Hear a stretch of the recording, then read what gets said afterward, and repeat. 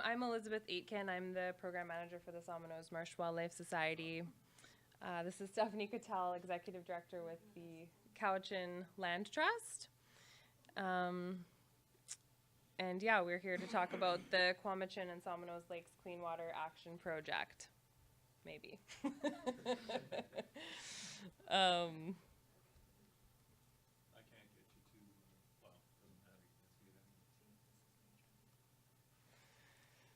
So, yeah, I'll just, for now, while we're sorting out our PowerPoint, I'm going to talk a little bit about the pieces of paper that are at the front of the room, which some of you had a chance to look through. So we have a survey as part of this project, which is trying to find out how much people know about water quality in the lakes now and what sort of practices are being used to date. And then we're going to take another survey closer to the end of this 3-year project to see if anything's changing in terms of knowledge and practices and things like that. So we have paper copies of the survey here. Feel free to grab one, or it's online as well. There's a link on the paper survey you can look at. You can also find it on our website, somenosmarsh.com, and we'll send it out by email as well. So if you put your email address on the sign-in sheet, we will send you updates about the project and volunteer opportunities and exciting news that comes up from time to time and the like. We also have a sign-up sheet for folks who are interested in signing up to be involved in this project, but now that we're back online, I will talk about that again. Talk about that again later. So I'm going to turn it over to Steph to start us off here. Okay, thanks. Thank you. Technical. We went through all this. Of course, it worked fine when we practiced, but so we've been listening to our speakers so far to really build up to why we're doing this clean water action project. There's been a lot of water quality analysis done. There's been a lot of work done. We have a lot of historical and cultural knowledge from Cowichan tribes and the first peoples of this area that really show how things used to be and how things have changed. And so then the purpose of the Clean Water Action is to take some of the learning, take some of what we've been finding and really connect with landowners, connect with people living in the area and visiting the area and let you know what we've been learning and connect with you around what we can do as individuals and as communities to try and do our bit and restore some of these amazing systems that could potentially address a lot of the issues that we're experiencing now. So, Dave talked a lot about the water quality issues and the importance, and Tim talked about the importance of these lakes in the lower Cowichan region and how much life they foster and how interconnected they are with each other and how dependent we are on their functioning. And of course, the habitat for important fish species that we're always concerned about, for food stocks and for the health of the ecological systems, the coho, the chum, the chinook, rainbow and cutthroat trout, and many other associated native fish species, their food, the bugs, the critters that they rely on, the habitat that they all coexist within. So all of these are background issues as to why we're here today talking about clean water action. So, Dave went into great detail about water quality. A lot of the sampling has been around phosphorus levels, oxygen levels, pH, E. coli, all of those things that lead to some of the negative issues that we see here with the fish kill. Maybe we are happy in this case because it was the invasive fish, but that could have been any species and was, right? So, and has been in the past. So the blue-green algae, the parrot's feather, all of these things are connected with land use practices. So, and then that includes the loss of habitat. I mean, these are a consequence of the loss of habitat because we have an interrupted system, right, that had a balanced way of being for a very long period of time. And then, of course, it decreases our opportunities to enjoy the lake and connect with nature and feel safe and feel healthy in the waterways. So we have the persistent blue-green algae blooms posing a threat to our health and animal health. It's led to eutrophication and toxic algae blooms, and we've had some pet deaths, of course. That always raises the alarm when pets are actually succumbing to the toxic algae. So, all the infestations of the aquatic plants like parrot's feather is one of the big ones that people are very concerned about.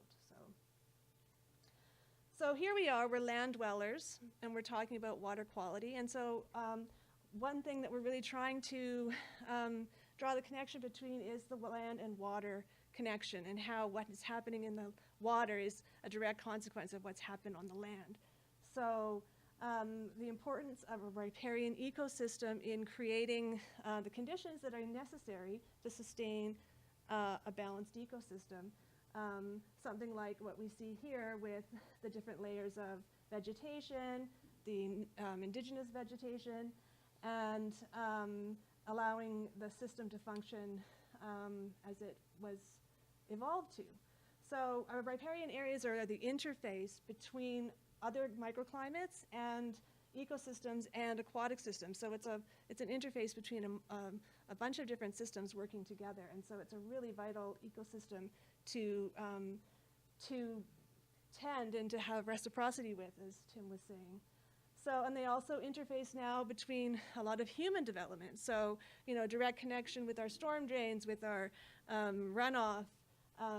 It runs into the riparian area, and it's a filter. It's a interface between the lakes and the waterways. So this is all areas where we interface and we connect with the water systems. So healthy riparian ecosystems provide those essential water quality and habitat services. They provide it free of charge. And, you know, I think we've taken that for granted and not recognized the value. And they also provide food and shade for fish and all the other creatures. So they're extremely valuable ecosystems. So they're essential and integral to the health and the quality of our water. And so what we're trying to really learn as land dwellers is how can we take better care of our riparian systems in order to help mitigate and maybe turn back some of these negative consequences that we're experiencing. So here we are with the Somenos and Qu'amutsun Lakes Clean Water Action Project. And so our core purpose for this particular project, we're working in tandem with the water quality analysis and looking at bigger ways of dealing with things like phosphorus and parrot's feather. But the purpose of this particular project is to improve the quality of the lake and the water through riparian area restoration actions, directly contacting and connecting with landowners, and engaging the broader community around how their practices relate to what's going on with the lakes. And so our key objectives are to improve the fresh water quality directly, to help mitigate climate change in any way we can, and to improve the wildlife habitat through riparian planting, to educate and encourage stewardship and promote the sustainable use of our fresh water. We know it's a huge issue, and so keeping the quality up, you know, is a really important piece of protecting the water and using it sustainably, and to increase the community capacity to participate in beneficial practices. So that's really what the focus of this Clean Out Water Action Project is, and Elizabeth's going to talk a little bit more about what we're going to do in that. Thank you. So yeah, I'll just talk a little bit more about some of the specifics of the project. So it's 3 years. This is the first year, which is almost over because it's the March 31st end of fiscal. But overall, it's a 3 years. So some of you might have got a letter from us about this meeting, hopefully. Couple? Yeah, okay, good. I'm glad that it reached at least a couple people. And I'm sure other people have read it at least and might look further into the project. So we're hoping to get about 25 stewardship agreements with landowners. It's nothing really legally binding. It's just sort of a commitment to follow stewardship practices that will be good for clean water. We are going to implement ecological restoration actions on up to 25 properties. So this will basically entail planting native riparian vegetation in appropriate areas near water. So that's that piece. At least 2,500 native riparian trees and shrubs should go in as of part of this project, and we have funding for plans, so that's something we can offer for people who are interested in getting involved in their homes or farms. And yeah, we hope to reach several thousand residents over the course of this project through a community meeting like tonight, we're going to hold a lake keepers workshop in the summer. So if people are interested in learning more and really spending some time learning about these things, that'll be probably a 2-day workshop done with the BC Lake and Stewardship Society. And then other outreach activities like press releases, social media, websites. We've the Cowichan Land Trust and the Somenos Marsh Wildlife Society both have Facebook pages and email lists. So if you want to get involved and keep up to date, please put your name on the list at the front of the room, and also just check out our social media pages. So this is tonight. We're sort of launching the project and letting everyone know what we're doing and inviting everyone to participate, connecting directly with people who live around the lakes or along the creeks that flow into the lakes. You know, that's a goal, but honestly, this information is kind of good for everyone who does anything gardening or, you know, owns a car that they maybe wash or not, these sorts of things.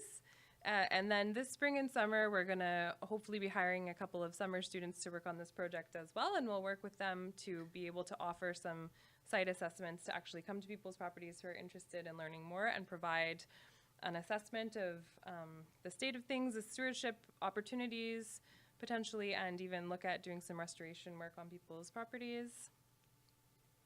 So we'll identify high impact restoration opportunities and plan and implement some work on about 25 properties, we think, based on our budget for the project. I already mentioned the Lake Keepers Workshop, which will be coming up in the summer. And then I mentioned the surveys as well, just to give us a better idea of how people are feeling and thinking about these things, and what we can do to better serve people and supporting in the stewardship actions, and continuing engagement. Just a little bit more about our outreach and communications for the project. We've already done one mail out. We have best practices cards, so they're fresh off the press. We picked them up today. Hopefully you will check them out. Feel free to take a few if you have a business, or we have 1,000 back at our office, so get in touch if you want more. They're on the front table as well, and it just gives a few ideas of good practices around water quality and some things that can maybe be avoided. And where was I? Meetings, workshops. Yeah, we're interested too in working with people with farms. It's not really the strict focus of our project, but we're happy to help facilitate people getting more involved in stewardship on farm properties, so we can help foster connections and find information. And then more about the survey. And then so another piece of paper I was going to mention that's at the front is it's sort of an expression of interest for anyone who feels like they maybe have a piece of property that, you know, has some sensitive habitat, wetlands, creeks, lakefront, who might be interested in getting more involved. So you can give us some information on the form there and give us the form back, and we'll be doing about 50 property visits, which will include a more extensive information package, and like I mentioned, we'll be doing some stewardship plans for people as well. So yeah, feel free to just even take one home and read through it and look at our website for more information, think about it, or if you're ready to go, feel free to fill it out and leave it with us tonight as well. And the outreach will be ongoing. So this is a really important slide. It's none of this work is happening in a vacuum. It's, you know, this is just a small piece of the puzzle. There are a lot of people working on these issues. So I'll just mention this is a direct partnership project between the Somenos Marsh Wildlife Society and Cowichan Land Trust. I don't know how many people know, but we share an office, so we work really closely together on a lot of things. But this project is a direct partnership. It's funded by Eco-Action Community Funding, which is Environment and Climate Change Canada. Cowichan Tribes is a partner in a lot of the things we do, and all of our work happens on Cowichan Tribes unceded territory. Kw'amutsun Watershed Stewardship Society is involved as well, and so North Cowichan gave us a grant and aid for this project, and also they provide in-kind support to a lot of our projects, including this one. They provided the maps tonight, for example. BC Lake Stewardship Society are going to be hosting the workshop for us in the summer.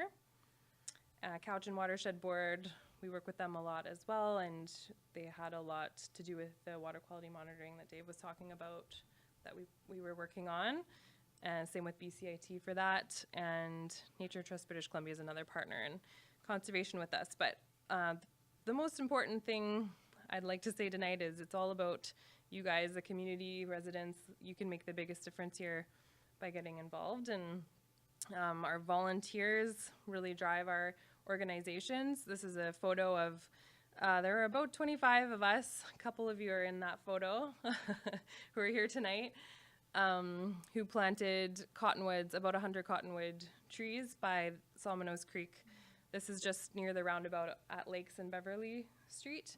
And this is part of restoring riparian ecosystems.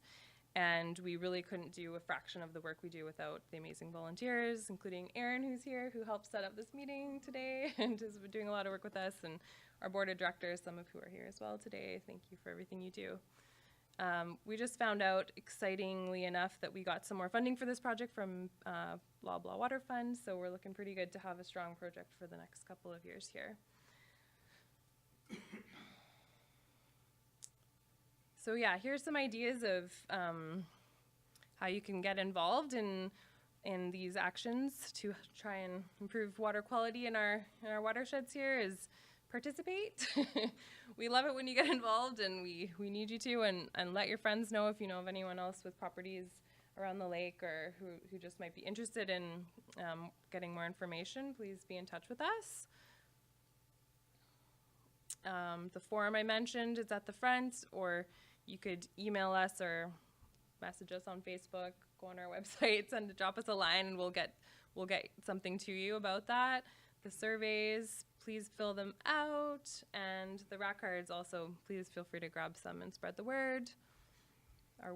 Attend our workshop or let other people know about it. And also, if you're into it, volunteer. We do a lot of planting, blackberry removal, getting out there and working on the land, which is a lot of fun. We also have the water quality monitoring program, which is run by, well, Dave and volunteers. So, and if you're a farmer or know a farmer, let's talk more about this and figure something out.